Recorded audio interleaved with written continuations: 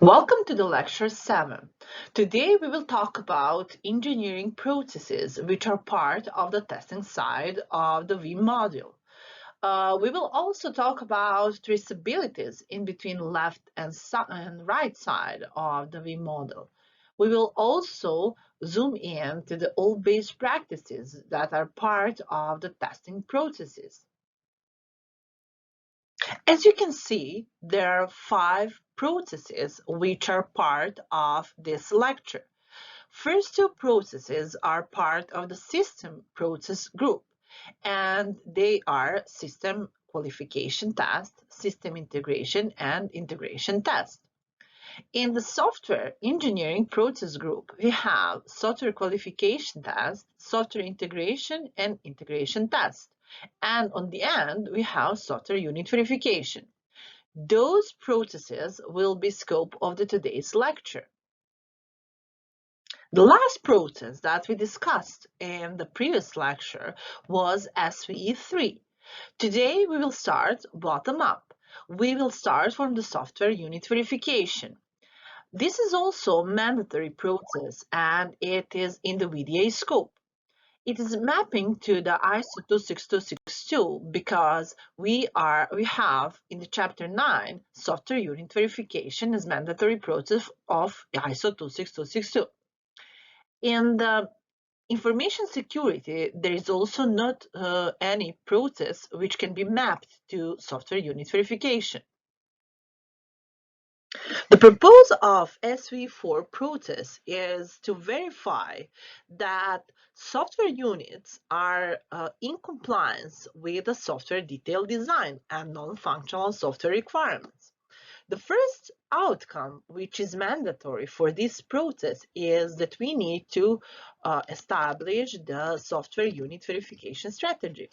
Software unit verification strategy is part of the test plan and must be written in the way that includes a regression strategy. Also, there is an outcome which is specifying that you need to have documented software unit test specification in the way that it is developed according to the criteria already established and explained in the unit verification strategy. In the third outcome, we need to have the real software unit verification. We need to have results and that those results are recorded and stored. Then it is explained in the next outcome that we need to have consistency and bidirectional traceability. The consistency in this part of the V is established on the left and right side. The first to the left, we need to establish the bidirectional traceability and consistency with the software units. And then we need to establish on the right the bidirectional trace to the software unit test results. On the end, there is an outcome which is saying that all the test results which are there needs to be communicated and summarized before the communication to all affected parties. This process is done for each software component in the software architecture. It means that the inputs of this process are software detail design and software units, which is code. It is also one of the outputs is also test plan or strategy. Here you can see that this process is explained through 7 base practices. First one is verification strategy, then test specification, which needs to specify test cases and criteria like coverage, MISRA, static analysis, and similar. Then you have static verification like run static analysis, do the reviews, do the code guideline. Then you have unit test. It means that you need to run test cases to get test results. BP7 is telling us that we need to ensure that there is a traceability and there is in the BP6 there is a consistency. On the end, There is a BP7, which is telling us that we need to have summarized results and to communicate them to all relevant parties. As outputs of this process, we have unit test specification, which needs to include test cases and traceability. Then we have unit test results, unit test specification reviews, static verification results, and of course, test strategy. Now we are coming to the new process, which is software integration and integration test. This is also a mandatory process of automotive SPICE and part of the VDA scope. This process can be mapped with ISO 26262 with a process which is called software integration and testing. It is part of the clause 10.4.2. It is also a mandatory process. Of course, as all other software processes and the V model, this process is not mapped to any information security process. In this process, we are doing the integration. This is the integration where all software units must be integrated in the larger software items. And the purpose of this first part of the name, software integration, is based on that fact that we need to create and integrate software units into the larger software items up to the complete integrated software, which is consistent with the software architectural design. And of course, we need to ensure that the software items are tested to provide evidence for compliance of the integrated software items with software architectural design, which includes also interfaces between the software units and between the software items. The outcomes which are important for this process are software integration strategy. This integration strategy is practically part also of test plan, but it should be written in the test plan that there is a strategy how we want to integrate our software units. Then there is a software integration test strategy, which is also part of the test plan, which is now telling us what are the test criteria and method for testing of integration tests. Then we need to have specification for software integration test in the same way like we have it on the lower level. It means that we need to have the written evidence of specifying our software integration tests. In the next outcome, there is a work which we need to perform for integrating the software units and items. And we need to do it according to our strategy.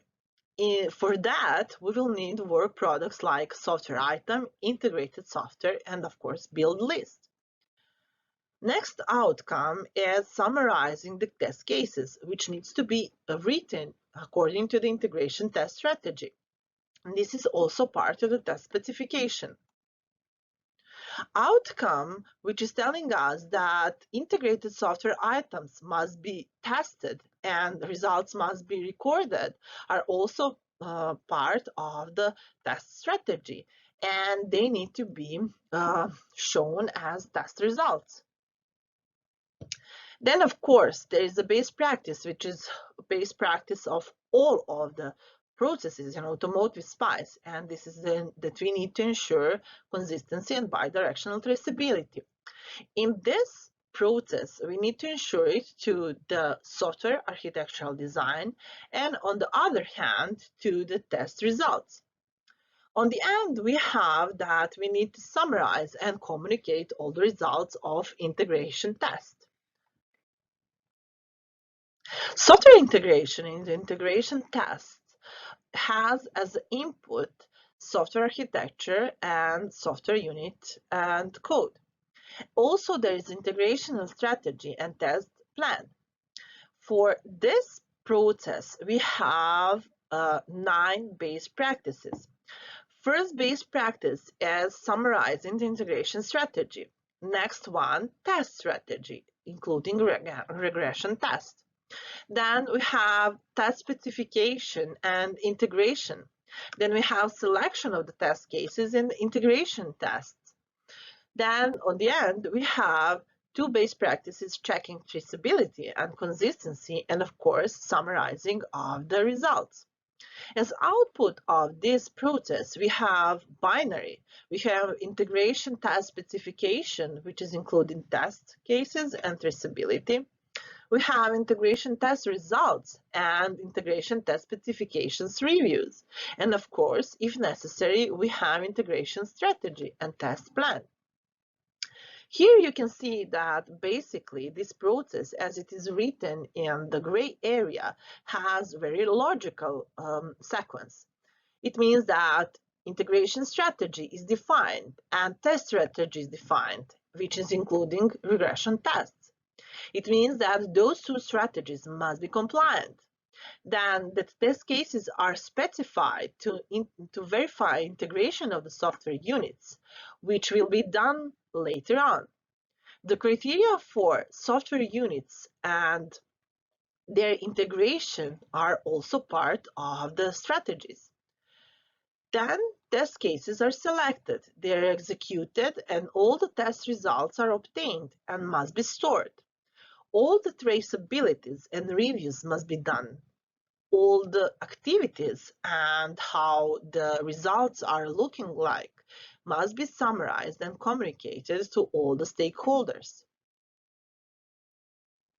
Now let's check what is the mapping of Automotive SPICE Software 6, Software Qualification Test. It is basically the mandatory process and NVIDIA scope of the Automotive SPICE. In the ISO 26262, this is also mandatory process and it is part of the clause 7.5.1. It is called verification of software safety requirements. In the information security, there is no mapping. Now we will check what is the process proposed, what are the outcomes and work products of the software qualification test process. The purpose of the software qualification test process is to ensure that the integrated software is tested to provide evidences for compliance with the software requirements. It means that you need to have the software qualification strategy and that this strategy must be created in that way to be part of the test plan. It must be consistent with a project plan and, of course, with a release plan. Next outcome of this process is that you need to develop the specification for software qualification test. And this specification must be provided in the way that you need to have compliance with the software requirements. Of course, this needs to be in the written form. Next outcome is selection of test cases. It means that you need to select the test cases for the testing on the basis of the test strategy and on the basis of the release plan. It means that if you have some release, you need to have the scope of the test cases, which will be repeated all the time. In the next outcome, we have the request from Automotive SPICE to have integrated software test. It means that you need to perform testing according to the already defined criteria and according to the already selected test cases. All the results of the software qualification test must be recorded.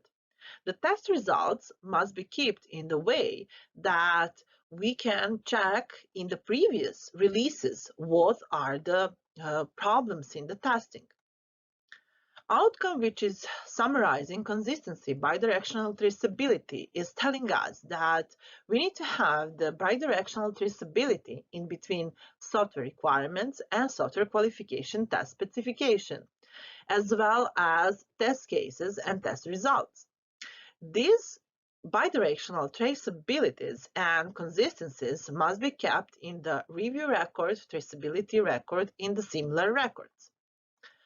In the last outcome, the test results must be summarized and communicated to all affected parties. and this is part of the communication record and test results. As we already said, SV6 software qualification test is meant to test the software requirements. As the input to the SV6, we have software requirements, we have binaries, and we have test plan.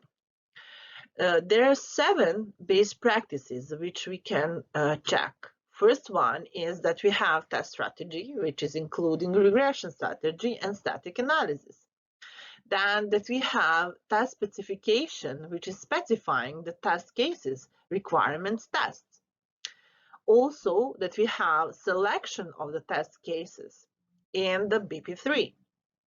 Then in the BP4, we have qualification test. It means that tests are run and that the results are somewhere collected. In the BP5, we have the traceability, as we already mentioned, in between test cases and the requirements, and in between test cases in the test results. For the consistency, we will check the review of the test cases and that traceability is consistent. In the BP7, we need to summarize the results and communicate them to all affected parties. Output of this process is basically qualification test results and qualification test specification, which includes qualification test specification review and updated test plan. Now we're coming to the part of the automotive spice when we want to perform system integration and integration test. This is SIS4 process and it is also VDA scope and mandatory process. It is mapped to ISO 26262 as item integration and testing. For information security, we don't have mapping. This process has very similar proposed outcomes and work products, but on the system level as on the software integration and integration test process. The purpose of it is that system integration and integration test process is to integrate the system items to produce an integrated system consistent with the system architectural design, and to ensure that the system items are tested to provide evidences for compliance of the integrated system items with the system architectural design, and of course, including the interfaces between system items. The outcomes of this process are almost the same as on the software level, but in this process, we are talking about system integration, not software integration. The first outcome is that we need to have system integration strategy, and this system integration strategy is also part of the test plan. And this system integration strategy must be consistent with the project plan and with the release plan. Then we have integration test strategy, of course, including regression strategy, and of course, part of the test plan. And this integration test strategy must be compliant as well to the project plan and the release plan. In the third outcome, we are talking about system integration test specification. And the system integration test specification, we need to define all the interfaces between system items. We need to define what are the criteria for testing and similar stuff. Then we have the integration.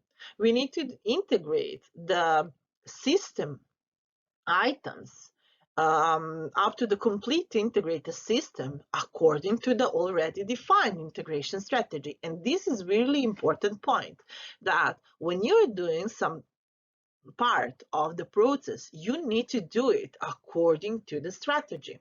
Just remember that for all the processes that we had. In this next outcome, we have the selection of test cases. We have the selection of test cases which will be part of integration, system integration test specification. And we need to select them according to the system integration test strategy and according to the release plan. In the next outcome, we'll perform testing, and the testing will be performed as well on the way that we know, like it is described in the strategy. Of course, all the testing must be recorded, and all the results must be kept. The next outcome is, as you now already see, consistency and bidirectional traceability, because this is the mandatory best practice for all the processes. But in this process, we have the consistency between the left and right side. And on the left side, we are talking about system architectural design. And on the right side, we are talking about system integration test results.